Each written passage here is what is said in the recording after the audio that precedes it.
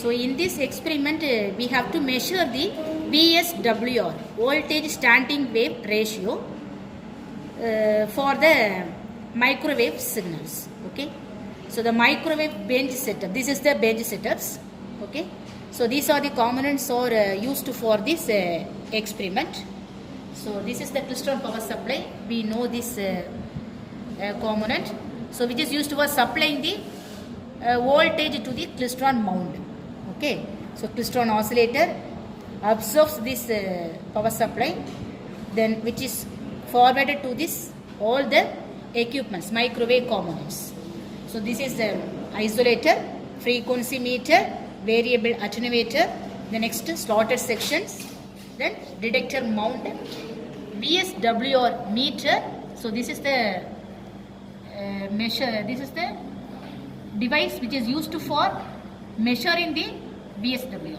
Okay, so we can use for the displaying purposes cathode ray oscilloscope. So this is the cooling fan. Okay, so this fan is used for cooling the klystron oscillator, because the klystron oscillator frequency range is very high frequency.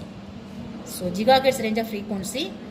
So the electrons which is coming from this point, this source point, to all the microwave equipments. So very high amount of power is needed. Okay, so the temperature level is very high due to very high power range of this klystron oscillator. So to avoid this heat, we can use fan. Okay, cooling fan.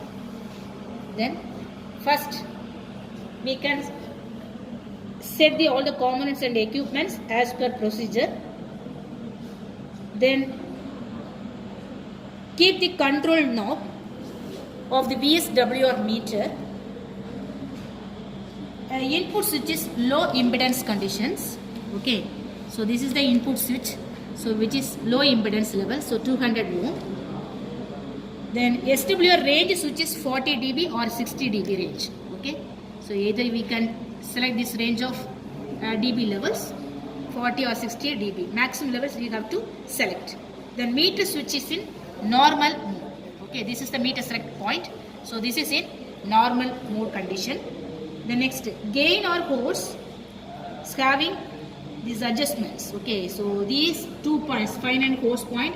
So for the gain tuning levels, which is in mid position condition. Okay, so this is the mid position point, the upper point which indicates mid position.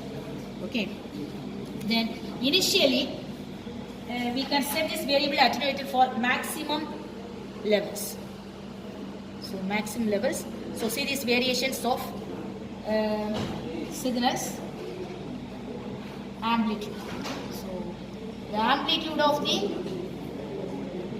signals is increasing with respect to this tuning level of this variable attenuator. Okay, so see this variation. Then slightly decreasing this level of signals by tuning this variable attenuator. Okay, then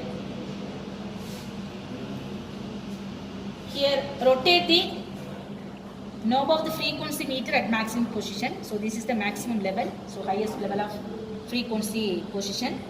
Then adjust the reflector voltage to get some deflections in VSWR. So we can see these variations in the signals also. So see these variations.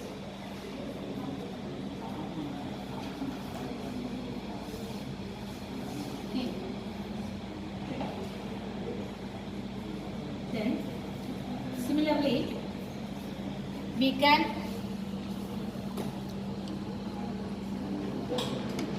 adjust the position of the slotted sections.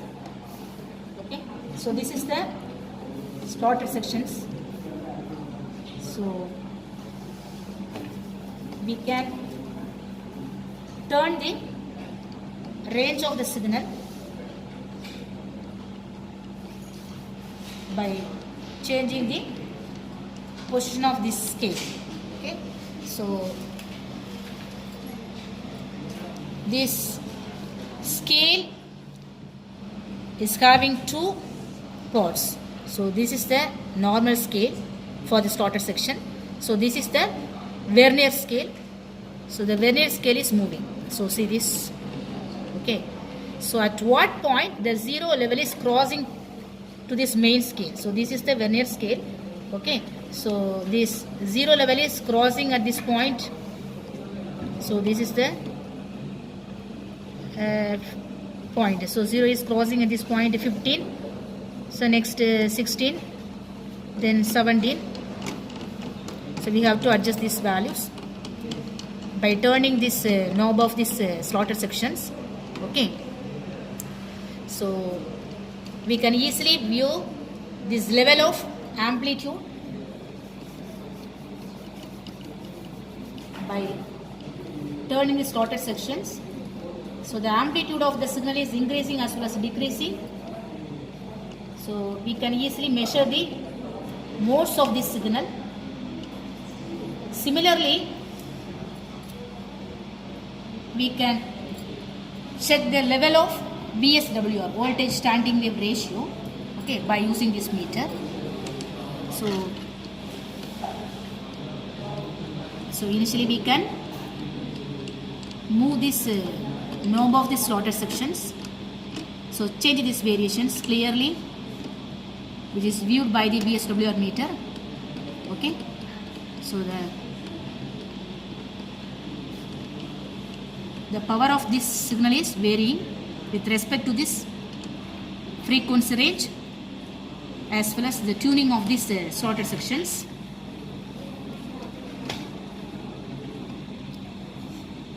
Okay. So first you can measure this two set of modes, minimum mode as well as maximum modes. So at this minimum mode level we can set one point D1. Okay, so the D1 is nothing but the minimum distance. Then D2 is nothing but we have to measure the highest distance for the highest amplitude of the signal. Okay, so the minimum and the maximum amplitude of the signal we can easily measure by using these scaling parameters. So this is the distance scaling. Okay, so we can easily measure the distance measurement by using these slaughter section scales. So find out this corresponding power value for this particular distance. Okay, so that is measured by using VSWR meter. So for the case of D1 distance we can measure this S1 value. For the case of D2 distance we can measure this S2 value.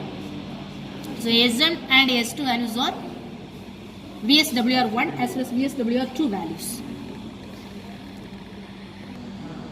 So we can calculate the reflection coefficient gamma. So the formula is S minus 1 divided by S plus 1. So this is the formula. So by using this distance, so the distance is measured with the help of this vernier scale. So in this slaughter section, then we have to easily plot this graph, as well as you have to measure this voltage standing wave ratio by using this meter. So this is the level. So see this variations level for this meter clearly. Okay. So this is the scaling value. So first scale, the main scale which indicates the SWR. Okay. The second scale is the expanded SWR. We can use SWR because we can fix a meter selection point is in normal mode, not expand. So we can check the normal mode of operation for this power. So that is this scale measurement. So see this measurement SWR. So the main scale measurement. So that is called S value. So at this crossing levels you have to measure the highest and lowest value by turning these rotor sections. So the calculation of reflection coefficient is gamma is equal to S minus 1 divided by S plus 1. So by using this formula we can easily measuring this reflection coefficient values.